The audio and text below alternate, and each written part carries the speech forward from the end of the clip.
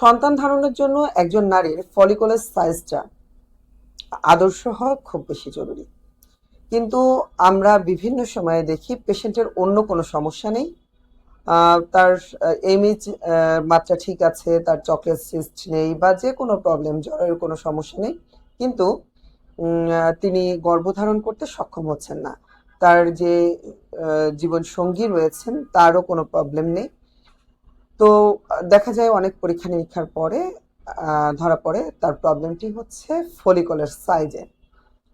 তো সেই ক্ষেত্রে পেশেন্টরা আসলে খুব দুশ্চিন্তার মধ্যে পড়েন এবং অনেক সময় আমাদের শরণাপন্ন হন।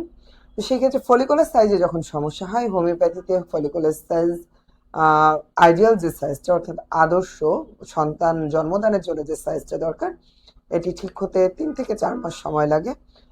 ব্যক্তিভেদে এর সময়টা অনেক সময় বাড়তে পারে, কিন্তু সাধারণত 3 থেকে 4 মাসের চিকিৎসায় ফলিকুলার সাইজটা ঠিক হওয়া সম্ভব এবং গর্ভধারণ করা সম্ভব।